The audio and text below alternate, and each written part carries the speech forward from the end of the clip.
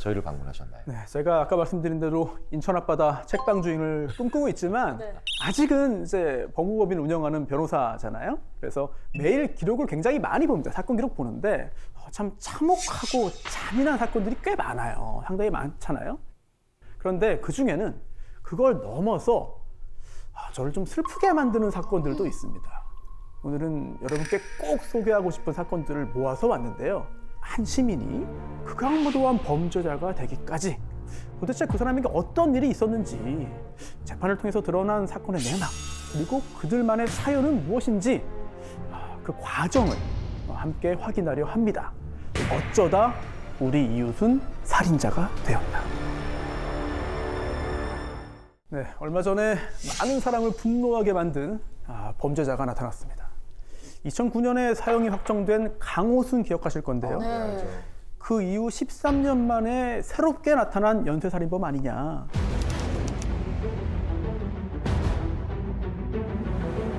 이기영은 작년 12월에 살인을 저질렀습니다. 운전하다가요, 택시하고 사고가 났어요. 그런데 그때 이기영이 음주 상태였습니다. 신고를 막기 위해서 합의금을 주겠다고 제안을 해서 자기 집으로 유인합니다. 그 다음에 살해했습니다.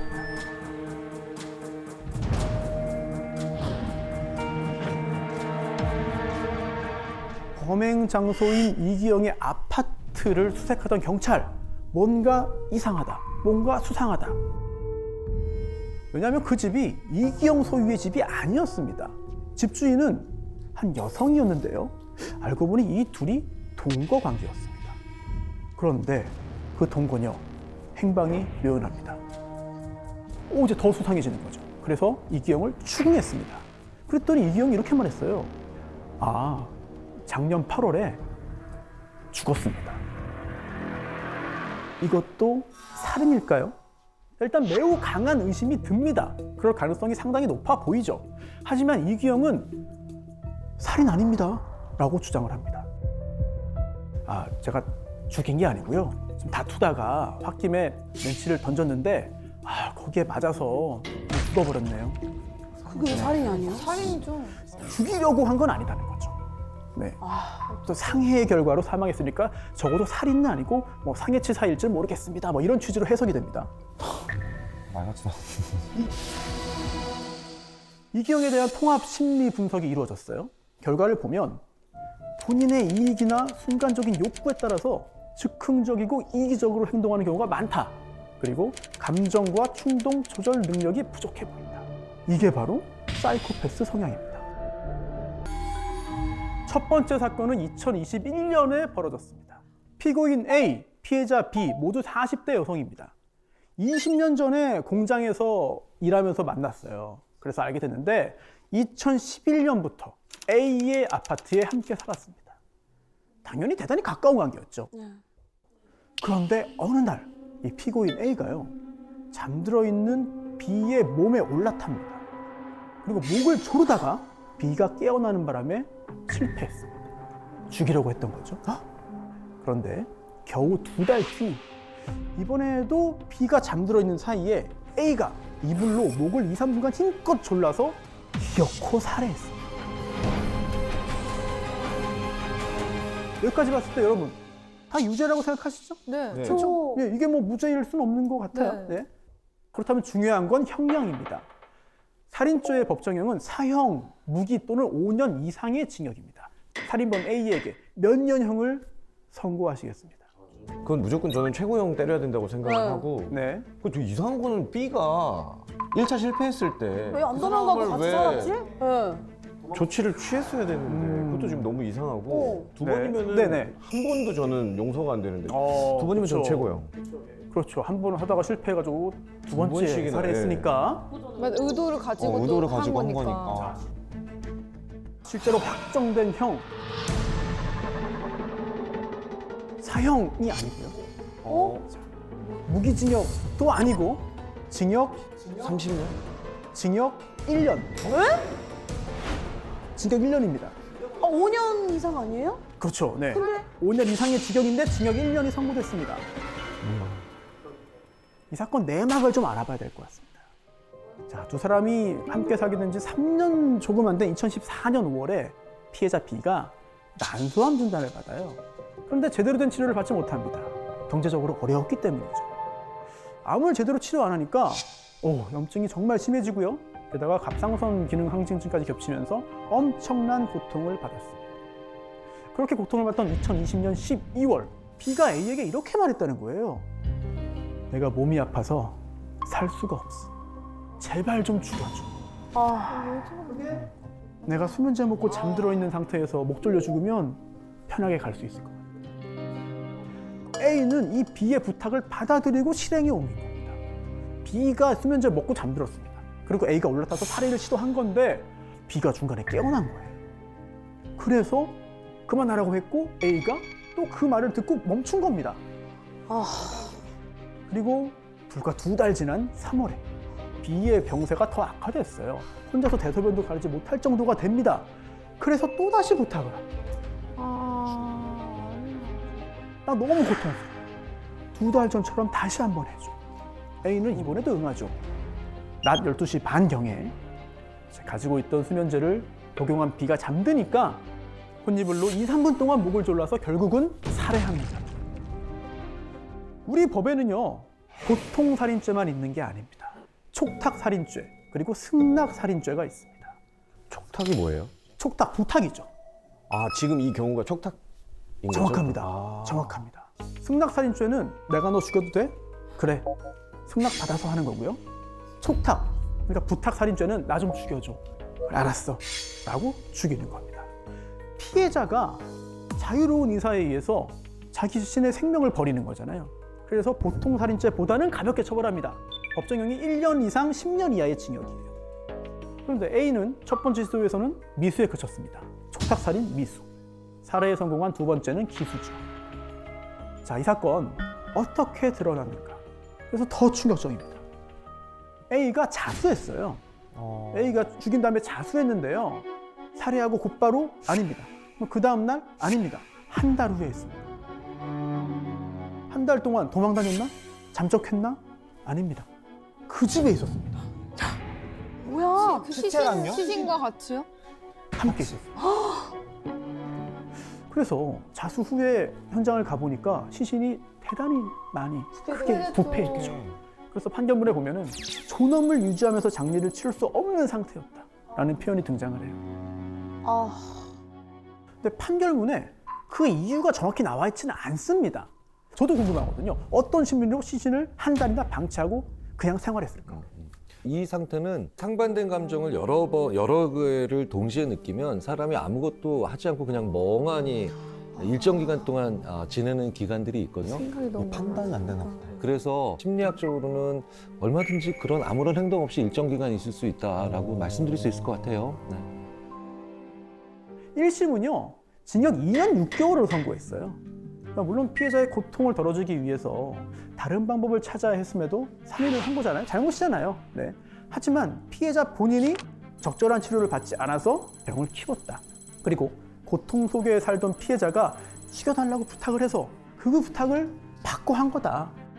이게 유리하게 작용을 한 건데요. 게다가 이 B는요, 가족과 단절된 상태에서 살았어요. 오랜 기간 A에게 의존했습니다. 그럼 B를 부양한 거잖아요. 긴 시간 동안. A의 직업은 뭐였을까요? A는 뭘 해서 돈을 벌었을까요? 텔레마케터? 출근을 많이 하지 않아도 되는. 어. 집에서 재택근무를 할 수 있는. 보호하면서 돈을 벌어야 되니까. 그렇죠. 집에서 하거나 아니면은 잠깐만 출근할 수 있는 노래방 도우미였습니다. 네. 그런데 2021년 코로나19 일거리가 없어지는 거죠. 그러다 보니까 생계가 너무 어려워지는 거예요. 그럼 병원 가기도 힘든 거 아니에요? 그렇죠. 네. 자, 이 1심 징역 2년 6개월에 대해서 A가 항소했습니다. 너무 무겁다는 거죠. 자, 2심에서 원심 판결 파기하고 징역 1년형을 선고했고 이게 대법원에서 확정된 겁니다. 2심 재판부가 이렇게 말했어요. A는 B가 암에 걸린 사실도 몰랐다. B가 암에 걸렸다고 말을 안 했던 겁니다. 뭐 자궁 근종이 있다, 뭐 갑상선 기능 항진증이 있다, 이 정도만 얘기했지 암이라고 안 했던 거예요. 그리고 또 이 사망한 B의 가족도 A를 좀 잘 봐주세요 라고 재판부에 호소했습니다. 그리고 B가 유서를 남겼어요. 그 유서 굉장히 중요하죠. 그 내용. 내가 언니에게 힘든 부탁을 했다. 언니도 피해자다. 라는 내용입니다. 그치. 자신의 고통을 덜어준 A에 대한 어떤 선처, 호소를 마지막 글로 남긴 거죠. 이런 내막이 있는 사건입니다. 뭐 영화에서 보는 일이. 아무리 그래도 뭔가 목숨을 그렇게 가지고 그렇게 했다는 게 사실 조금 더 네. 죄가 무거워질 것도 같은데 또 그렇게 선처가 된다니까. 네. 네, 이제 아동 학대 사건을 좀 말씀드리겠는데요. 피고인 송 씨 3가지 혐의로 기소됐습니다. 자, 2003년 4월입니다. 이 송 씨, 여성입니다. 송 씨의 아버지가 교통사고를 내요. 합의 문제로 이제 합의금도 필요하고 하니까 가족 전체가 경제적으로 좀 힘들어집니다. 그래서 그때 이 가족들이 이런 생각을 해요. 점 한번 보자. 그런 생각을 할 수도 있죠. 네. 과학적으로 옳으냐 여부를 떠나서 그런 생각하는 거야 뭐 이상하진 않습니다. 네. 네. 그걸 비난할 수는 없어요. 그런데 마침 이 송 씨의 친언니, 언니의 중학교 스승, 선생님이었던 진모 씨가 신내림을 받았어요. 그래서 교사를 그만두고 점 쳐주고 기도 대신해주고 이렇게 살고 있는 거를 알게 됐습니다. 그래서요, 이 진 씨에게 도움을 청했는데 그때부터 이 가족 전체가 이 진 씨에게 의존하게 됩니다. 진짜 문제야 이거 진짜. 이 진 씨 뭐라고 말했냐면 전생으로 인해서 너희 가족들 다 단명한다. 악업을 처리해야 되는데 그러려면 기도비가 필요하다. 기도 안 하면 더 큰 해군으로 너희들 다 고생한다. 나는 태양 그리고 달하고도 교신한다. 이런 허무맹랑한 이야기를 그런데도 이 송 씨 가족은 이걸 다 믿었습니다. 그래서요. 마음이 약해졌으니까. 네, 맞아요. 예, 이 진 씨가 방생 기도를 해야 되는데 이 가족들이 송 씨 가족이 빚내서 사서 바친 거예요. 그리고 전국 사찰 뭐 돌아다니면서 기도하는데 그 따라다니고 이미 정신적인 지배가 이루어졌습니다. 자, 그런데 이 가족들이 서로 뭐 얘기도 해보고 또 이렇게 얼굴 마주보고 있으면은 이상한 낌새를 눈치챌 수도 있어요. 그렇죠? 네. 네. 그러다 보니까 이 진 씨는 가족들끼리도 떼어놓습니다. 야, 너희 가족들끼리 서로 영적으로 안 좋은 영향을 준다. 서로 연락 주고받지 말아라. 이 가족은 또 그 말을 또 믿습니다. 그대로 해요. 연락을 안 해요. 지배 종속 관계 이루어진 거죠. 아니, 한 명도 아니고 여러 명이 한꺼번에 이렇게 되는 게 어떻게 가능한가? 아니, 세상에 별별 일 다 있지만 사실 저는 이게 가슴으로 이해는 잘 안 되거든요. 맞아. 심리학자들이 이런 얘기 많이 합니다. 세상에서 가장 분리시키고 갈등하게 만들기 쉬운 조직이 가족이라고. 왜 그러냐면요. 당신 가족들 이런 안 좋은 일 있었지. 가까운 사이니까 모든 일이 다 있거든요. 희노애락이. 예. 이렇게 짜증났던 적 있었지. 다 있었거든요. 다 있죠. 네, 네. 없지 않지. 네, 그래서 가족, 가까운 사이 이것만큼 분열시키기 쉬운 조직이 없는데 근데 만약에 분열되는 과정에서 네. 그 사람이 너한테 있어서 안 좋아 이 말이 아닌 너로 인해 그 가족이 안 좋아 이러면은 네. 저 같아도 못 혹시나 만나지. 뭐 뭔가 피해갈까 뭐 봐. 넘어지거나 다치거나 뭐 나 때문인가? 그러면 심적으로 약해진 상태에서 그런 일이 네. 벌어지면 저 같아도 더 많이 불안하고 그렇죠. 내가 가까이 가지 말아야지 이런 생각 들 것 같아요. 진 씨가 이런 인간 심리를 잘 이용해서 세뇌시킨 건데, 그런데 이 송 씨 가족 경제적으로 더 힘들어집니다. 채무 독촉도 막 받고 그러니까 이거 돈을 벌어야겠다라는 생각을 하게 되는 거죠. 그래서 2009년 이 진 씨, 이 자칭 도사, 이 진도사가 소개를 해줘요, 일자리를. 이게 뭐냐면 이 진도사의 사촌 동생 그리고 또 승려인 임 씨가 지내고 있는 절에 들어가서 일을 하고 돈을 벌게 됩니다. 그런데 이 절에 가서 일을 하면서요, 이 송 씨가 아이를 얻게 됩니다. 네? 누구? 이거 너무 냄새나. 임신을 했다고요? 네. 승려의 절에서요? 누구 아이인지 뭐 질문을 드릴 필요가 없을 정도로 맞습니다. 승려. 네.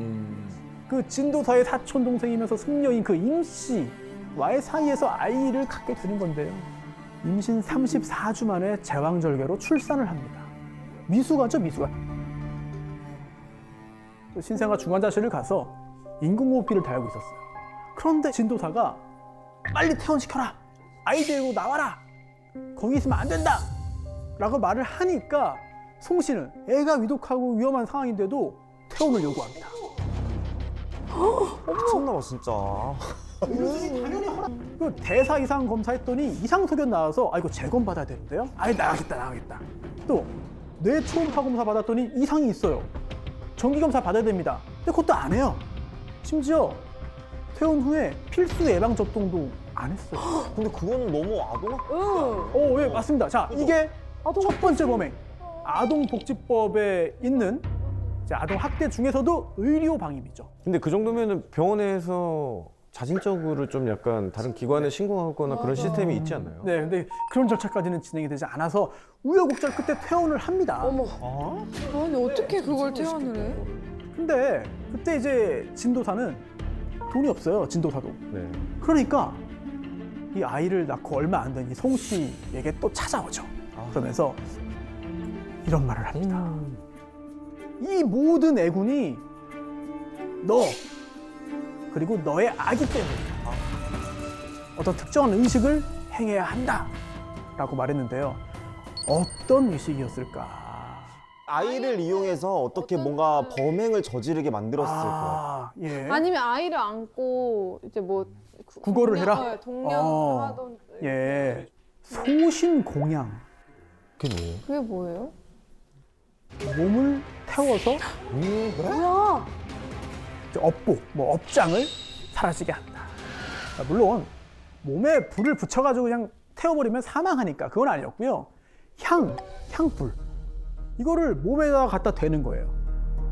자, 물론 이게 그 정통 불교에는 예 연비 의식이 있죠. 예, 정통 불교에는. 그런데 이게 팔에 아주 잠깐 이게 되는 게 끝이에요. 당연히 건강상의 위험이 생기지 않죠. 그런데 이 진도사는 뭐 정식 승려가 아니잖아요. 송 씨의 등에 됐다가 한 거. 한마디로 향불로 몸을 지진 거죠. 자, 시간이 지날수록 더 세집니다. 향 하나였는데 2개가 되고 점점 늘어나요. 등에서 시작했는데 어깨, 허벅지, 머리까지 합니다. 화상이 심해져서 일을 못해요. 그러니까 진도사가 이렇게 말합니다. 너 그냥 아예 우리 집으로 와라. 그래서 이 진도사가 자신의 가족들과 함께 살고 있는 그 집으로 들어오게 됩니다. 함께 살면서도 계속 이걸 해요. 계속 해요, 이거를. 그렇게 또 2달이 지납니다. 이게 2010년 8월인데요. 이때 이 진 씨가 송 씨에게 또 막 화를 냅니다.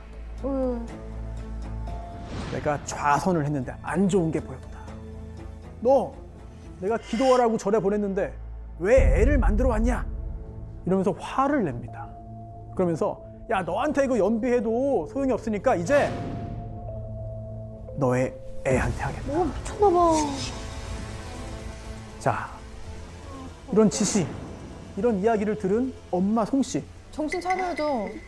마음으로는 안 했으면 하는데. 그렇죠. 동의를 했습니다. 미쳤나봐 진짜. 제가 아이라고 하다가 이게 아이가 정확하지 않은 것 같아요. 그래서 아기라고 했는데 몇 살이었을까요, 그럼 이때? 이 아기가 생후 6개월. 6개월. 어떻게 울어? 애가 당연히 울죠. 근데 계속 귀 막고 벽 보면서 이제 모른 척 한 거예요. 이게 2번째 범죄입니다. 아동 학대 중에서도 신체에 대한 학대죠. 신체에 손상을 가했으니까. 다쳤으니까 치료해야 되잖아요. 당연히 방치했죠. 또 다른 의료 방임입니다. 그리고 안타깝게도 그 다음 날 이 아기는 사망한 채로 발견. 어떡해. 얼마나 했어. 사람이 죽었어요. 진도사가 진 씨가 발견한 겁니다. 경찰에 신고 당연히 안 했죠. 이거 은폐하라고 합니다. 엄마한테 말도 안 해요, 일단. 아기용품부터 다 이렇게 챙긴 다음에 사체 있잖아요. 이불에 싸서 비닐 쇼핑백에 넣어요. 그리고 그 아기 사체를 이제 그 엄마 송 씨에게 줍니다. 그리고 차를 타고 근처 야산으로 갑니다. 야산으로 가요. 그 다음에 아기용품 옆에 이제 아기 사체가 들어있는 비닐 쇼핑백을 놓고 신나를 뿌립니다. 아, 어떡해 진짜. 한지로 된 탑다라니 여기에 불을 붙여서 그 위에 올려놓고 마지막으로 송 씨가 이 진도사에게 받은 라이터를 던져서 사체를 태웁니다. 엄마가요? 네. 엄마가 이렇게 했다고요? 네. 자, 사체 송괴죄죠. 이게 세 번째 범행입니다. 징역 몇 년 정도가 타당하다. 징역 몇 년이 마땅하다. 그 아이도 모자라서 완전 정말 아기잖아요. 아이의 의사 표현도 할 수 없는 그 아기를 그렇게 했다는 것 말이 자체가 안 그것도 되죠. 엄마가 하지만 지금 어떤 죄로 재판받는 것이냐? 살인이 아니에요. 그렇죠? 네. 세 개 말씀드렸잖아요. 아동학대, 네, 의료방임과 신체적인 손상, 그리고 사체 송괴입니다. 이미 죽은 상태에서. 그러니까 목숨을 끊는 과정은 없어서 그런 거예요. 뭐 그런 게 다 있어요. 그 세 가지로만 기소가 됐어요. 그 세 가지로만. 판사의 판결은 검사가 기소한 거에 대해서만 유죄, 무죄. 이건 인정돼, 인정 안 되면 할 수 있는 거거든요. 네, 그래서 검사가 살인으로 기소 안 했는데 살인죄라고 할 수는 없는 겁니다. 네, 그건 배제하고 이 세 가지로만 판단할 수 있는 거고요. 여기서 또 하나. 지금 이 재판은 진도사에 대한 재판은 아니에요. 이 엄마 송 씨에 대한 재판입니다. 이걸 생각하셔야 됩니다. 진도사인데 진도사. 이 사건 벌어지고 그 다음 해에 죽었어요. 병으로. 명이 다해서요? 팔자대로? 그렇죠. 너무 억울하다. 재판 결과 징역 2년. 예? 2년이요? 2년이고요. 아동학대 치료 프로그램 80시간 이수 명령까지 나왔어요. 저는 정말 이해가 안 돼. 너무 정말 가볍다. 이해가 안 돼. 제 애기들 볼 때 너네 의지로 태어난 게 아니고 엄마 아빠가 너희들이 보고 싶은 거야. 그래서 너희들이 세상에 온 거야. 그러면 거기 있어서 이제 걔의 역할은 끝난 거예요. 걔는 두 발로 걷기만 해도 칭찬받아야 하고 밥 먹어도 걔는 칭찬받아야 되고 똥만 잘 싸도 칭찬받는 애들이거든요. 근데 걔가 의지가 전혀 없단 말이죠. 그 엄마가 자기가 무슨 이상한 정신적으로 나약한 생각을 하던 간에 저는 그 형량 자체가 이해가 안 가는 거예요. 근데 대체. 이거를 심신미약 상태로 볼 수 있나요? 아니요, 심신미약은 이 재판에서 인정되진 않았어요. 그쵸. 네, 그런데도 징역 2년 나온 겁니다. 네. 징역 2년이 선고된 그 계산 방법을 좀 알아야 되겠죠?